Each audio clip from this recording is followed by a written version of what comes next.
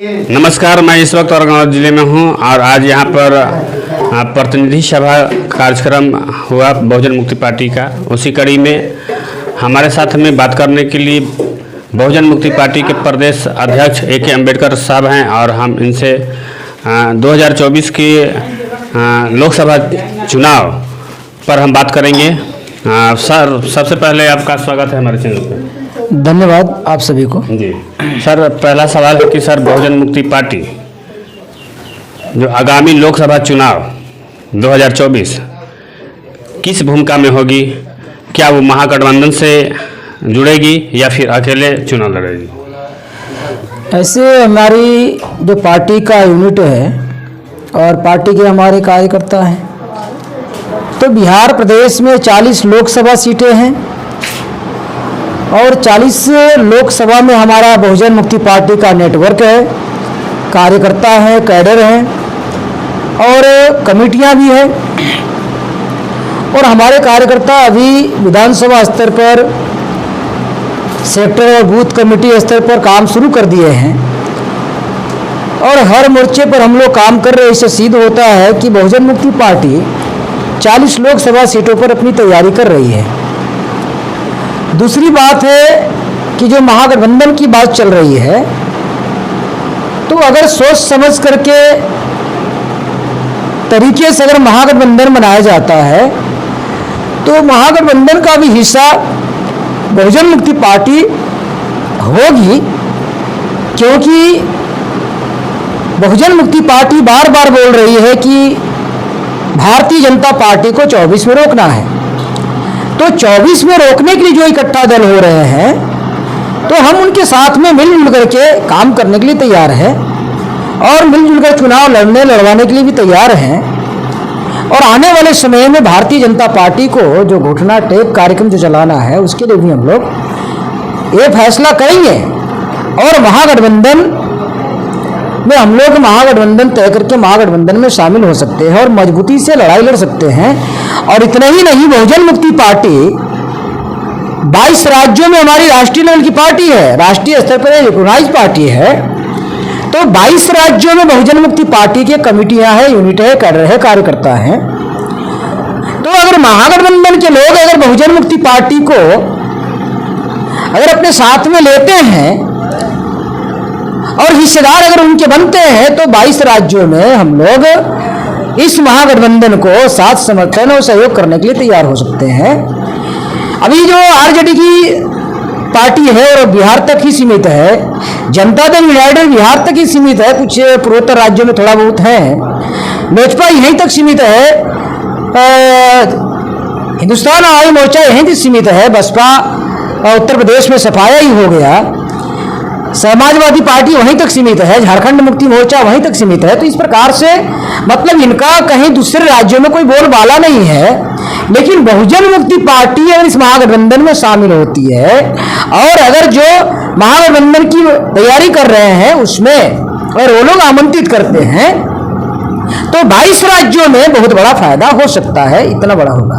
अभी आपको भी सुनने के लिए मिला होगा कि 23 तारीख को बहुजन मुक्ति 23 तारीख को सर्वदलीय बैठक बुलाई जा रही है, जिसमें कांग्रेस है, राष्ट्रवादी कांग्रेस है, तृणमूल कांग्रेस है, झारखंड मुक्ति मोर्चा है, एडीएमके है, ऐसे कई पार्टी दल के लोग आ रहे हैं, उसमें शिवसेना के लोग भी आ रहे हैं। तो ऐसा हो रहा है बैठक। अगर बहुजन मुक्ति पार्टी को भी आमंत्रित किया जाता है तो बहुजन मुक्ति पार्टी भी जाने के लिए तैयार है और जाने से ये महागठबंधन के रूप स्वरूप तैयार हो रहा है, उसको बृहद पैमाने पर फायदा होगा। फायदा इसलिए होगा क्योंकि 22 राज्यों में हमारा जो कैडर नेटवर्क है, साथ समर्थन हम लोग करेंगे।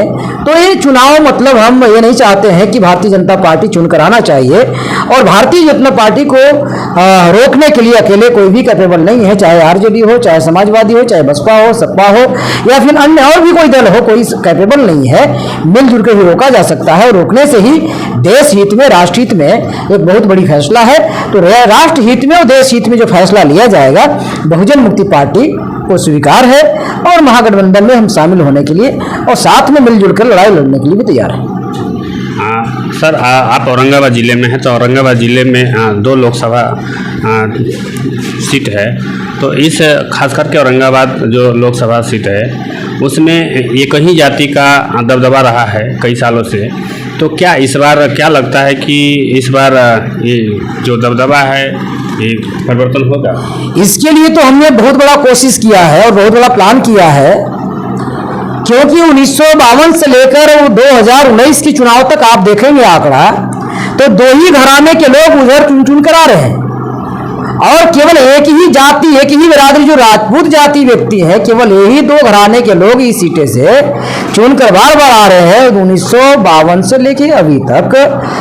इस बीच में यहाँ पर किसी पिछड़ा वर्ग के लोगों को अवसर मौका नहीं मिला, जो कि आपको मालूम होना चाहिए कि औरंगाबाद लोकसभा में अहीर बिरादरी की वोट जो है 10% से भी ज्यादा है, वो छुपाया जा रहा है। फिर भी आज तक एक भी यहाँ यादव जाति का बिरादरी का व्यक्ति यहाँ मेंबर ऑफ पार्लियामेंट नहीं चुना गया।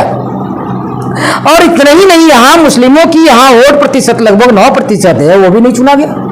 यहाँ पर कोयली कुर्मियों की वोट जो है लगभग 9% है, वो भी यहाँ पर चुना नहीं गया। और इससे भी सबसे ज्यादा खास बात यह है कि अनुसूचित जाति का यहाँ पर 19% से भी ज्यादा वोट है, वो भी यहाँ पर आज तक नहीं चुना गया।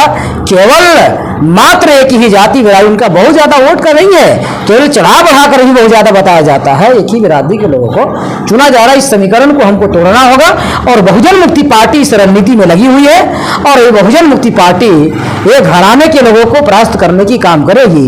इस बिंदु पर भी हम लोग कार्यक्रम कर रहे हैं और नीति रणनीति हम लोग तय कर रहे हैं। बहुत जल्द ही ये नीति रणनीति आप लोगों को भी देखने के लिए मिलेगा कि हम लोग इस औरंगाबाद विधानसभा में बहुजन मुक्ति पार्टी के माध्यम से क्या किया जा रहा है और कैसे हम लोग इन 2 घराने के लोगों को हम परास्त कर सकते हैं, इसके लिए हमने प्लान किया है। सर अगला सवाल है कि बिहार के मुख्यमंत्री नीतीश कुमार यह बयान दे रहे हैं कि हो सकता है कि आगामी जो लोकसभा चुनाव है वो समय से पहले कर लिया जाएगा। क्या आपको लगता है? जैसे मतलब देश की हालात और परिस्थितियां निर्माण हो चुकी है, देख ही रहे कि अभी मणिपुर में महीनों दिन से आग लग रहा है, महाराष्ट्र में औरंगजेब और छत्रपति शिवाजी के नाम पर उधर गोलीबारी चल रही है, उत्तर प्रदेश में आप देख ही रहे हैं। तो ये भारतीय जनता पार्टी के लोगों ने क्या किया है कि आरएसएस जो इनके पास दंगा फैलाने वाली संगठन है, बजरंग दल और कई ऐसे संगठनाएं हैं इनके पास, ये सब प्लानिंग बना करके किया जा रहा है। इस प्लान के तहत जो है देश में दंगे फसाद शुरू हैं, क्योंकि आरएसएस के पास, बीजेपी के पास चुनाव लड़ने के और जीतने के लिए कोई मुद्दा बचा नहीं है। Green India, digital India, skill India, develop India, ऐसे कई स्टार्टअप इंडिया के नारा लग रहे थे, लेकिन आज तो कुछ हुआ नहीं।